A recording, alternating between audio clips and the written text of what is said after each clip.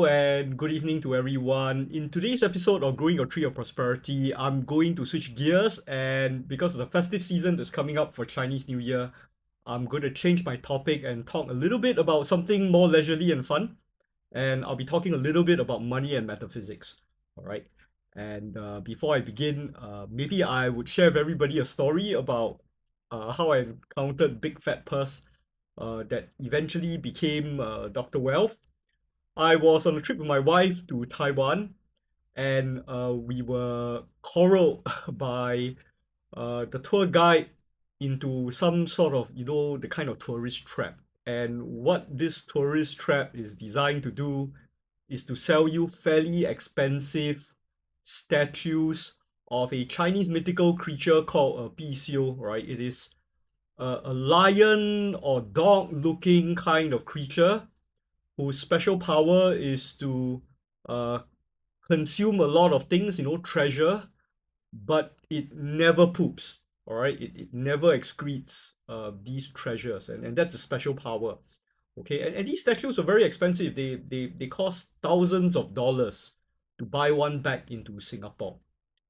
So as part of the upsell, they had a some kind of feng shui master or Bazi expert, and she wanted to look for volunteers to give a 八字 reading. So because I was probably the only guy in the crowd that sort of knew my birth minute, right? I was able to share my birthday, um, the time of my birth, as well as uh, obviously I came from Singapore, my GMT +8 time zone, and so she was able to derive my 八字, right, for fortune telling.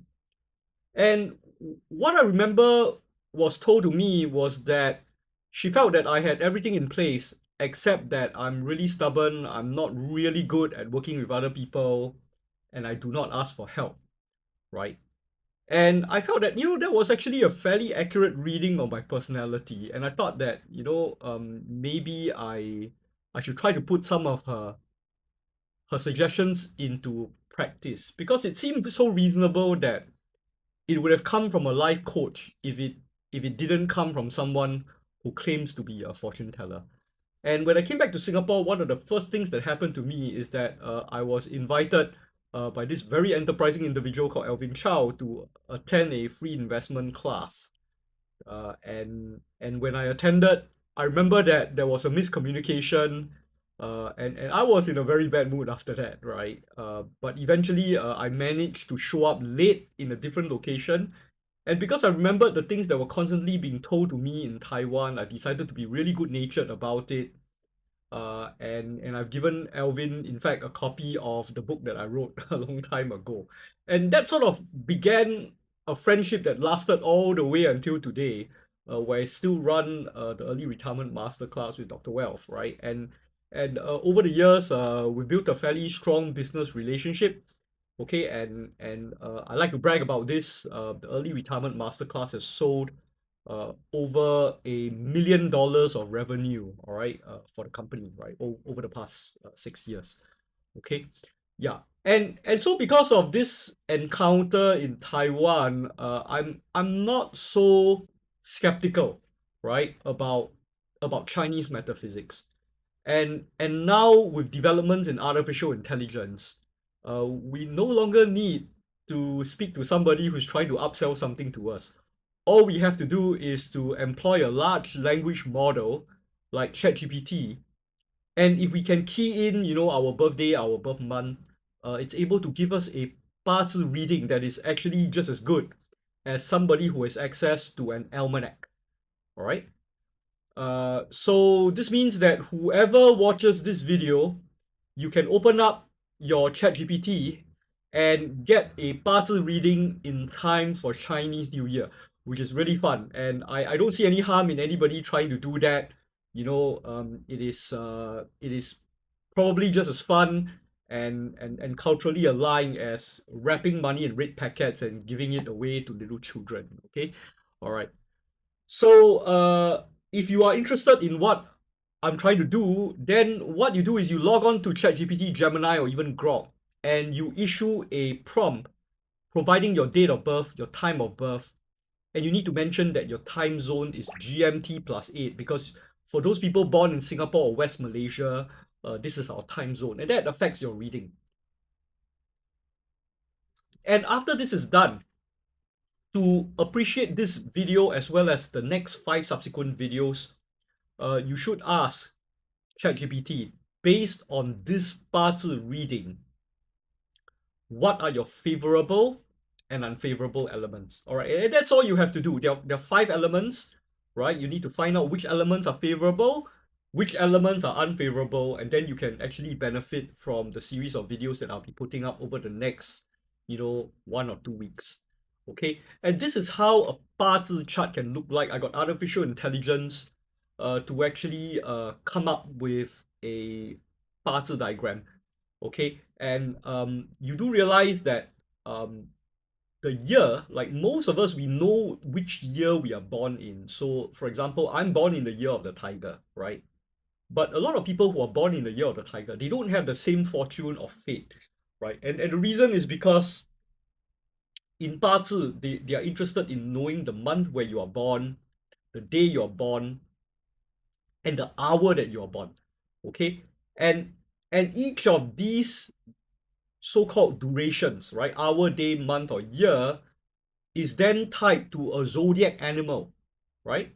So in this particular example, this person is born in the year of the rabbit, but is actually born on the month of the rat, is born on the day of the ox, and born on the hour of the tiger, right? And in that case, your horoscope readings, if you were to browse around in a shopping center, you might be better off, right, reading the zodiac horoscopes not just for the year but also for the day and the month as well, because they would have a certain amount of influence over your fate. And in based on what I read, sometimes I would say that the day has a larger influence than, for example, the month and subsequently the year. Okay, but it depends on which aspect of your life are you talking about, right? And do consult a good AI or feng shui master to get details on what all this actually means.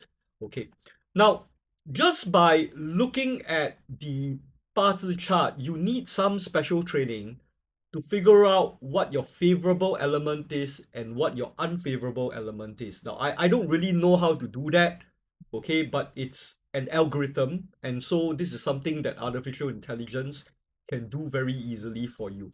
All right. So I'm just going to introduce the 五行, all right, which is 5 elements, okay? And these 5 elements, you can have a favorable element and an unfavorable element. And each of these elements mean different things or general ideas, okay? So for example, wood represents growth, creativity, and expansion.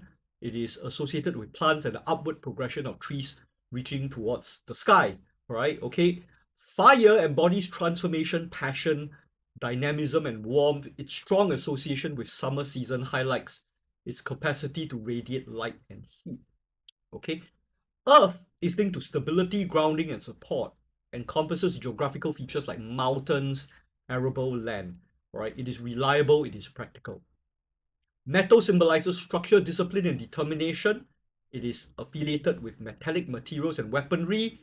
It is associated with organization and logical thinking. And water represents flow, adaptability, and wisdom. It is associated with bodies of water and rainfall. It is intuitive. It can change its form effortlessly to suit the situation. All right. So how 八字 works is that it's a little bit different from sort of Western philosophy, right? In that what we're trying to always do is to balance the 5 elements within our 八字. So if you have a particular weakness in, for example, fire, then you need to find some way to associate yourself with more fire to improve your balance, and therefore fire becomes your favorable element, right? Or in other words, yeah. And if you have too much metal, for example, then um, the concern is that you need to find something that could actually reduce the amount of metal in your element, all right? And metal therefore becomes your unfavorable element. Okay, and this is how Chinese metaphysics work, right? It is based on balance rather than emphasis rather than emphasis. Okay, all right.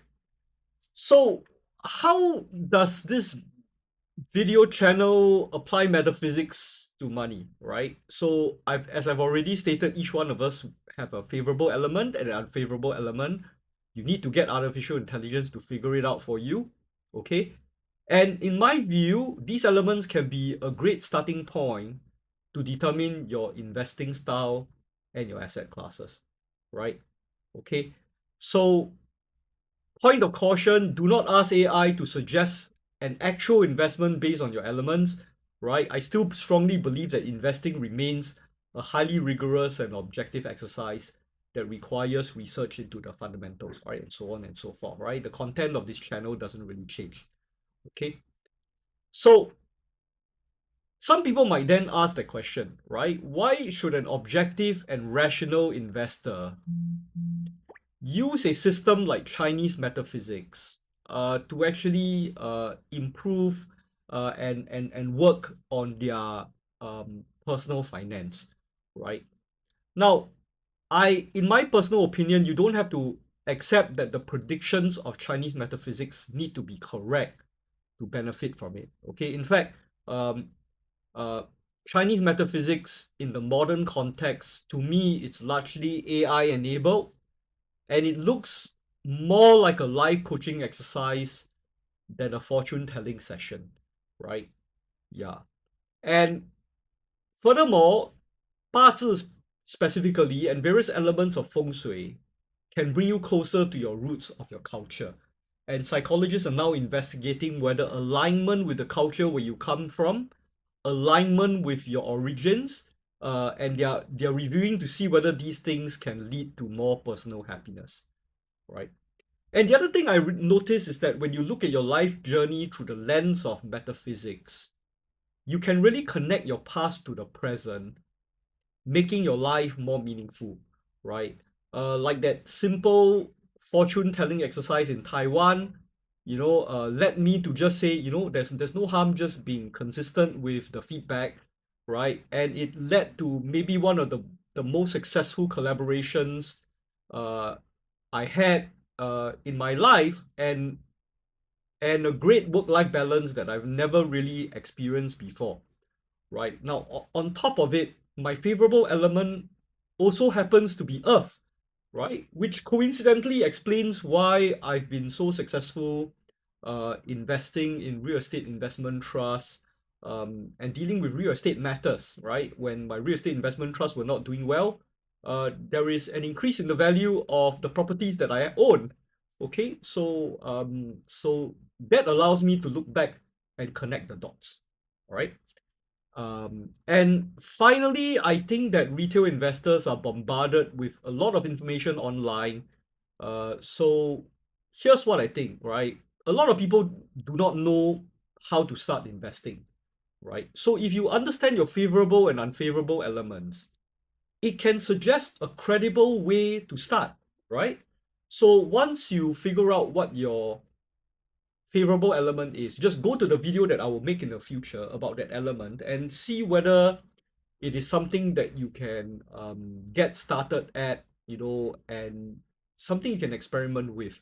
I think that even if you do not make money based on this particular element, you would still go through the process of setting up your brokerage account, putting some money in, saving your money, and I think that can create a positive change in your life.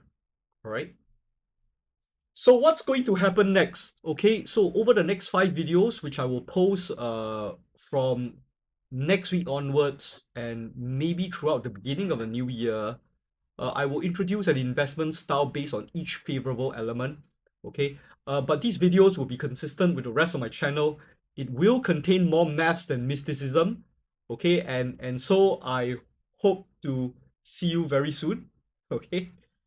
All right. And for those people who can't wait, you like my content a lot, you can buy me a coffee here. If you want to listen to my life story and figure out how the FIRE movement works, Google ERM intro, take the first link, right? Sign up for my preview, and I'll tell you a little bit more about my life. And with that, thank you very much.